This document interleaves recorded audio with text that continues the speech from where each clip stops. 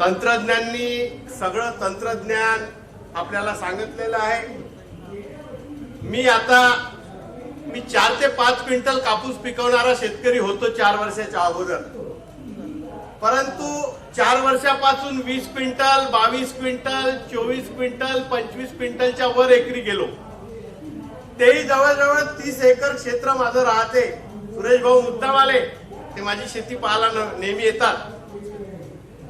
तर मी काय केलं एवढं सांगणार आहोत, कारण मला 5 मिनिटाचा वेळ आहे आणि माझ्याजवळ कोणतंही ठिबक नाही, कोणतंही तंत्रज्ञान नाही। कदाचित चुकण्यातून तंत्रज्ञानाला जर ते वेगळं वाटलं किंवा हा कुठेतरी उलटा सीधा चालला, त्याही पद्धतीचं नाही। जे मी केलं शेतीत तेच मी 5 मिनिटात तुम्हाला सांगतो।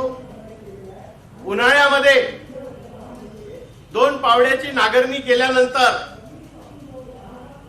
25 मेला एकरी 25 क्विंटल कापूस पिकवण्याची टेक्नॉलॉजी आहे। 3 बॅग सुपर फॉस्फेट एकरी मी शेतामध्ये 25 ते 30 मेलाच्या दरम्यान फेकतो, त्याची वखरणी करतो आणि त्यानंतर जो मान्सूनचा पाऊस आहे त्याची प्रतीक्षा करतो। 5x1 साहेबांनी जे नंतर सांगितलं, जैन इरिगेशन वाल्यांनी 5x1 या अंतरावर लागवड करतो।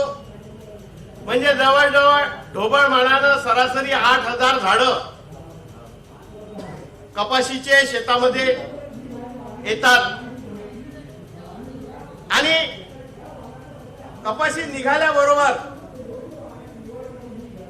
8 दिवसाचं रोप झाल्याबरोबर 3 किंवा 4 पाण्याचं त्याला एकरी 24-24-0 आणि अर्धा युरिया असा डोस देतो। हिटवीड आणि टर्का सुपर या तणनाशकाची 10 ते 12 दिवसात निघाल्यानंतर फवारणी करतो। हिटवीड आणि टर्का सुपर याचा अनुभव मला असा आला, मला हे माहीतच नव्हतं की हिटवीडमुळे 8 दिवस पराठीची वाढ थांबल्यासारखी होते। शेतकरी थोडा घाबरून जातो, परंतु ती जे 8 दिवस वाढ थांबते त्याचा परिणाम म्हणून पराठी उभी न वाढता आडव्या डांग्या काढायला सुरुवात करते। 5 फूट 4 फुटाच्या झाडामध्ये जवळजवळ 20 ब्रँचिंग शेवटपर्यंत फुटते। 2 झाडं मी बाहेर ठेवलेले आहे ज्यांना पाहायचे असेल तर, आणि त्याचा परिणाम म्हणून त्याची जे वाढ आहे ते नियंत्रित होते। त्यानंतर म्हणजे पहिला डोस म्हणजे कपाशी लागवडीनंतर 40 दिवसांनी दुसरा डोस 1 बॅग युरिया, अर्धा बॅग पोटॅश। म्हणजे मी जे खर्च करतो ते सुपर फॉस्फेट, युरिया आणि पोटॅश, माझा टोटल खर्च 5200 आहे। आता पहिल्या डोस मध्ये ज्यावेळेस 24-24-0 आणि अर्धा युरिया देतो, त्याच्याबरोबर 10 किलो झिंक जे कृषी विभागाकडे सबसिडीमध्ये 200 रुपयाचं भेटते आणि 10 किलो फेरस जे 75 रुपयाचं भेटते, हे 75 हे त्याच्यामध्ये मिसळाचं पहिल्या डोसच्या वेळेस।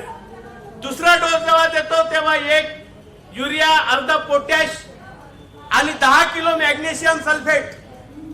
हे मॅग्नेशियम सल्फेट, झिंक हे पूरक अन्नद्रव्य आहे। आणि तिसरा डोस मी पुन्हा 30 दिवसांना देतो, म्हणजे 70व्या दिवशी देतो। तो मोठा डोस राहतो।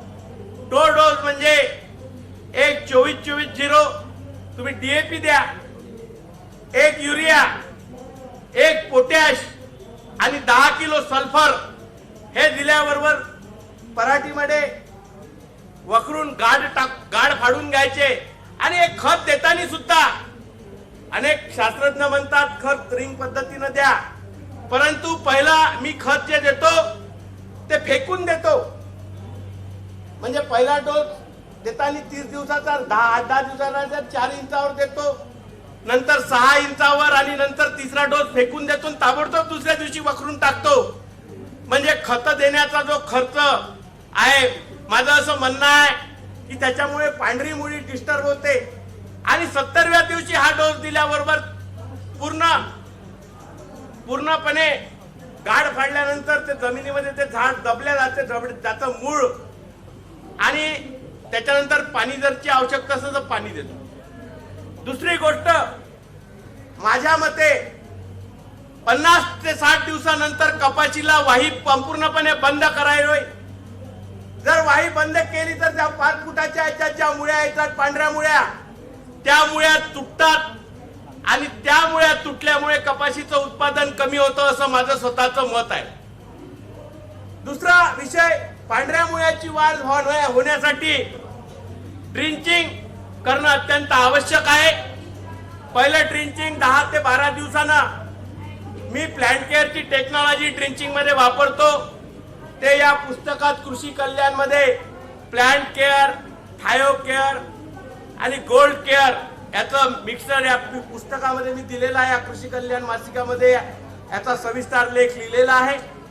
आणि याचा परिणाम म्हणून मोठ्या प्रमाणावर दोनदा हिटवीड मारावं लागतं, पुन्हा एकदा हिटवीड मारतो आणि त्यानंतर 3दा ग्लायकोसेटचा वापर करतो. म्हणजे तणनाशकावरच शेती मेंटेन करतो. एखादा मधात जर स्टार्टिंगला वाटला तर कुठं या तणनाशकाच्या ह्याच्यातून सुटलं तर तुम्ही मजुराच्या हाताने काढू शकता.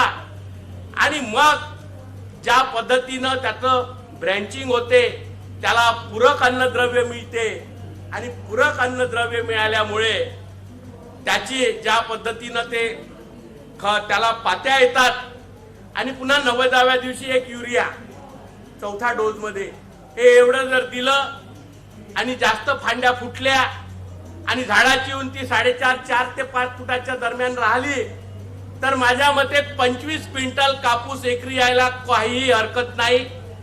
ज्या पदाने अंकुरचे इथे तज्ञ बसलेले आहेत, मला माहित आहे आमच्या वर्धा जिल्ह्याच्या त्यांच्या प्लॅन्टवर 10,000 शेतकरी पाहायला गेले होते. परंतु त्यांच्या प्लॅन्ट पासून 20 किलोमीटरवर माझं सुद्धा शेत आहे. 5 पीक पाहण्या झाल्या. पुसद पासून, अमरावती पासून शेतकरी जवळजवळ 5 ते 7,000 शेतकरी माझ्या सुद्धा शेतावर आले. माझा तो प्लॅन नाही आहे. माझ्या सुद्धा शेतावर आले. कोणताही ठिबकचा खर्च न करता सरी वरंबा पद्धतीनं जो खर्च सर्वसामान्य शेतकरी करू शकतो आणि झिंक, फेरस, मॅग्नेशियम सल्फेट आणि सल्फर या 4 याच्या भरोशावर आपण कापसाचा ऍव्हरेज गाठतो. आता एक गोष्ट राहिली, तुम्ही म्हणाल तुरडा म्हणजे जे आहे याच्यासाठी काय केलं? कपाशी निघाल्यानंतर 15 दिवसांनी उलाला नावाचं औषध आहे तुरड्यासाठी. कारण सकिंग पेस्टचा अटॅक कमी असणाऱ्याच व्हेरायटी आपण लावल्या पाहिजे. त्यामध्ये गायत्री 6 आहे, अंकुर आहे, त्यानंतर अजितच्या व्हेरायटी आहे. हा उलाला मारल्यानंतर 25 दिवस त्याचा इफेक्ट राहतो. म्हणजे 40व्या दिवशी दुसरा फवारा येते. त्यावेळेस पांढरे म्हणजे हिरवे तुडतुडे जोर काढतात. त्यावेळेस असाटा पावडर आणि मोनोक्रोटोफास आणि गायत्री परफेक्ट हे मारायचं. त्याचा इफेक्ट 15 दिवस राहते. त्यानंतर पुन्हा उलाला म्हणजे 25 दिवस उलालाचा पुन्हा असर राहतो आणि त्यानंतर टोकन 10 ग्रॅम हे जर मारलं तर टोकनचा असर 25 दिवस राहतो. आणि ते आपण हिवाळ्यामध्ये गेलो, हिवाळ्यानंतर काही मारत नाही, 4 स्प्रे मारतो आपण. या उलालामध्ये आणि टोकन मध्ये पांढरी माशी, मिलीबग हे सगळं कव्हर होतात. जास्त फवारणीचा खर्च करायची गरज नाही. मी थोडस त्याचं उदाहरण सांगतो 2 मिनिटात. 30 एकरामध्ये हँडपंपचे 200 पंप माझ्या शेतात लागत होते. एका यांच्यासारख्या शास्त्रज्ञांनी सांगितलं की तू पॉवर स्प्रे घे. मी 3ऱ्या पंपापासून पॉवर स्प्रे घेतला. त्यांनी सांगितलं की दुप्पट औषध टाक.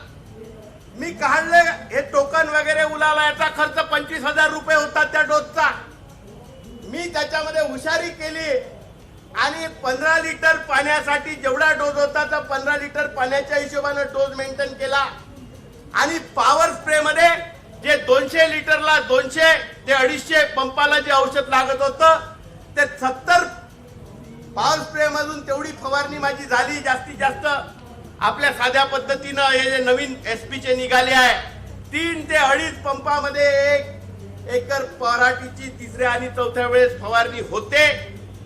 आणि त्या औषधामध्ये जसं 2 तिसऱ्या आणि 4थ्या फवारणीत मला 50,000 खर्च आला असता, मी 15,000 मध्ये केलं. आपल्याला पॉवर स्प्रेच्या माध्यमातून दुप्पट औषधं टाका, तिप्पट औषधं टाका, असं शेतकऱ्याला चुत्या बनवण्याचं काम मोठ्या प्रमाणावर केल्या जाते. ह्या काही गोष्टी आहेत ज्याच्यामुळे आपण उत्पादन खर्च कमी करतो. फॉस्फेट उन्हाळ्यामध्ये देतो त्यावेळेस त्या पराठीचं सोटमूळ, त्याचं सोटमूळ तुम्ही पहा, समोर 2 पराठ्या ठेवल्या, हा ठोकर होते आणि ते जमिनीतून जाऊन अन्नद्रव्य घ्यायचं काम करते. म्हणून माझं असं म्हणणं आहे की आपण काही उत्पादन खर्च कमी करून यांनी दिलेलं तंत्रज्ञान योग्यच आहे, याच्याबद्दल वादच नाही, पण आपल्या खिशात पैसे कुठं आहे खर्च करायला? आपल्यावर तर बंबाड कर्ज आहे, 70-80% शेतकरी कर्जबाजारी आहे, विदर्भात आत्महत्या चालू आहे. आपण कुठून करणार एवढा खर्च?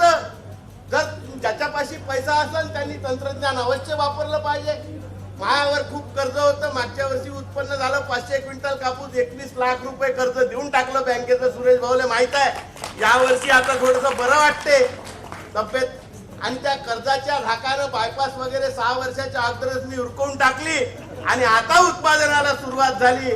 म्हणून मी म्हणतो फ्लड इरिगेशन वर सुद्धा उत्पन्न होते आणि त्यानंतर आपण टेक्नॉलॉजी मध्ये जाऊ. मी सुद्धा ठिबक मध्ये यावर्षी पासून जाणार आहोत. एवढी हे म्हणून माझं असं म्हणणं होतं की स्वानुभाव तुम्ही ऐकावा आणि याच्यातून शेतकऱ्यांनी हळूहळू डेव्हलप होऊन आपलं कपाशीचं उत्पादन वाढवावं, एवढंच या प्रसंगी सांगतो आणि माझे 2 शब्द संपवितो. जय हिंद, जय